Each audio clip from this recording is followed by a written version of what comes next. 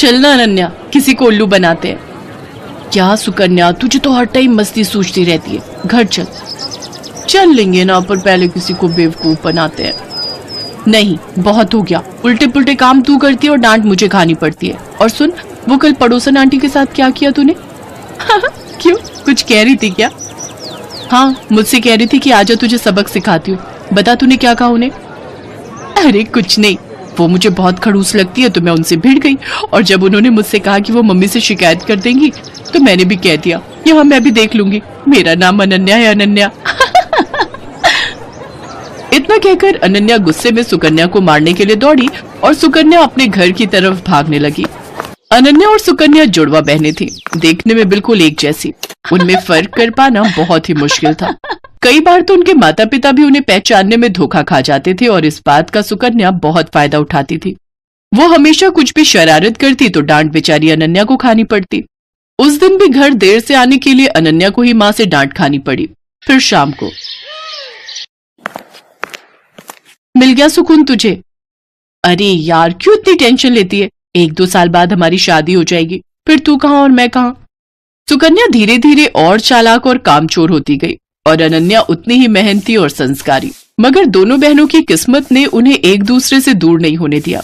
दोनों बहनों की शादी एक ही घर में हो गई। बड़े भाई की शादी सुकन्या से और छोटे की अनन्या से। अनन्या को घर का सारा काम आता था, खासकर वो खाना बहुत ही अच्छा बनाती थी, जबकि सुकन्या ने कभी कुछ नहीं सीखा। फिर एक दिन,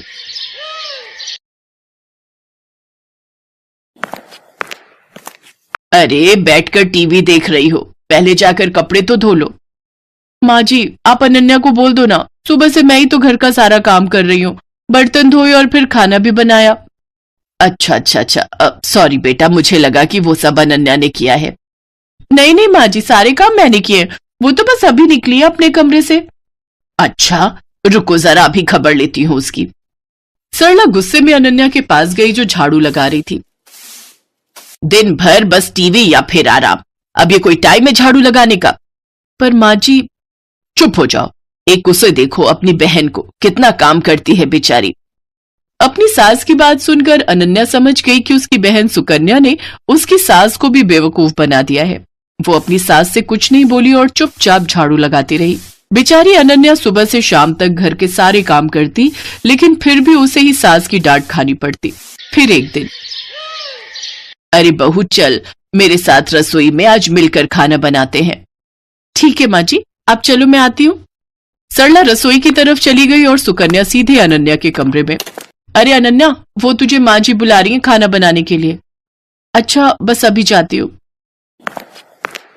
सुकन्या ने एक बार फिर अनन्या को बुद्धू बना दिया था और बेचारी अनन्या को पता ही नहीं था कि उसकी सास ने उसे नहीं बल्कि सुकन्या को बुलाए है। उधर रसोई में, आ गई, कहाँ रह गई थी? चलो एक काम करो, तुम आटा गूंथ दो, मैं सब्जी काट देती हूँ। ठीक है माँ जी। अनन्या ने बहुत जल्दी और बहुत अच्छा आटा गूंथा था, जिसे देखकर सरला बहुत खुश हुई। और फिर, क्या बात है, इतनी जल्दी और इतना अच्छा आटा गूंथ दिया। अरे तुम अनन्या को कुछ सिखाती क्यों नहीं हो? उसे तो कुछ भी नहीं आता। अनन्या समझ गई थी कि उसकी सास सरला उसे सुकन्या समझ रही थी, और वो ये भी समझ गई थी कि रसोई के काम से बचने के लिए कामचोर सुकन्या ने उसे सरला के साथ भेज दिया। उसे सुकन्या पर बहुत गुस्सा आया, लेकिन वो कुछ बोली नहीं।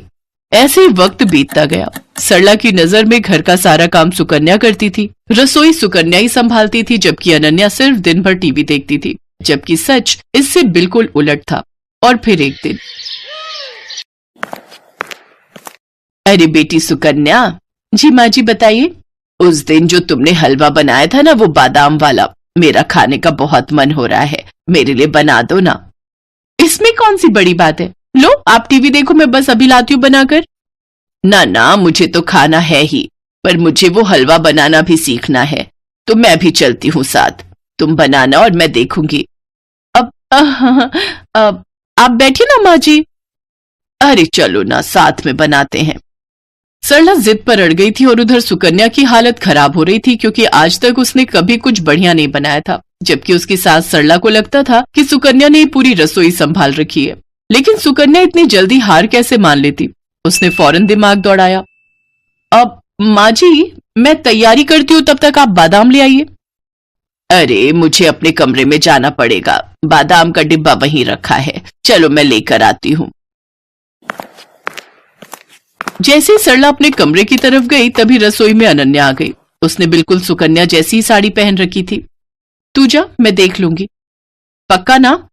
हाँ हाँ, मुझे पता है कि तुझे कितना हलवा बनाना आता है। जल्दी कर वरना माँ जी आ जाएंगी। अनन्या नहीं चाहती थी कि उसकी बहन को डांट पड़े, इसलिए वो सुकन्या बनकर रसोई में काम करने लगी। उसने अपनी सास को सुकन्या बनकर ही हलवा बनाना सिखाया। हलवा बहुत ही स्वादिष्ट बना था। सरला सुकन्या से बहुत खुश थी क्योंकि वो तो अनन्या को सुकन्या ही समझ रही थी।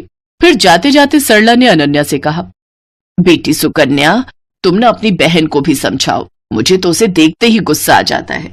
बताओ, तुम दोनों एक ही माँ की कोख से जन्मी हो, लेकिन तुम में और उसमें कितना अंतर है। सरला की बात सुनकर अनन्या को बहुत दुख हुआ। वो अपनी सास से सब सच कहना चाहती थी, लेकिन फिर अपनी बहन के बारे में सोचकर चुप रह गई। अगली सुबह सुकन्या जैसे ही उठकर रसोई की तरफ आई तो उसकी सास सरला ने उसका हाथ पकड़ लिया। ये क्या कर रही है माँ जी? आज तुझे नहीं छोड़ूंगी। तूने मुझसे हमेशा झूठ बोला, तुझे कुछ नहीं आता, और तूने हमेशा अपनी बहन की मेहनत को अपना बताकर आराम तलबी की, और वो बेचारी दिन भर रसोई और बाकी कामों में लगी रही, ऊपर से मेरी डांट भी चुपचाप सुनती रही। सरला लगातार सुकन्या को डांट रही थी, तभी सुकन्या ने फिर से झूठ बोलकर बचने की कोशिश की। नहीं माँ जी, मैं झूठ नहीं बोल रही, मैं तो खूब काम करती हूँ। कल रसोई में सारा दिन लगाकर आपके लिए हलवा बनाया था ना, तब तो आप भी वही थी। वही थी, इसीलिए सब कुछ जान सकी। तूने हलवा बनाया था तो जरा दिखा अपनी कलाई, जो कल कढ़ाई उतारते हुए जल गई थी। दिखा ना। अब सुकन्या अपने हाथ पीछे किए बिल्कुल चुप खड़ी थी, क्योंकि उसकी चोरी पकड़ी गई थी। इसके बाद सरला फौरन दूसरे कमरे में गई, जहां अनन्या अपनी जली हुई कलाई के साथ खड़ी थी। सरला ने उसके सिर पर हाथ फिराया और बड़े प्यार से बोली, मुझे माफ कर दो बेटी, लेकिन तुम भी मुझसे वादा करो कि इस घाव के ठीक हो जाने के बाद भी तुम और कोई दर्द नहीं झेलोगी अपनी उस कामचोर बहन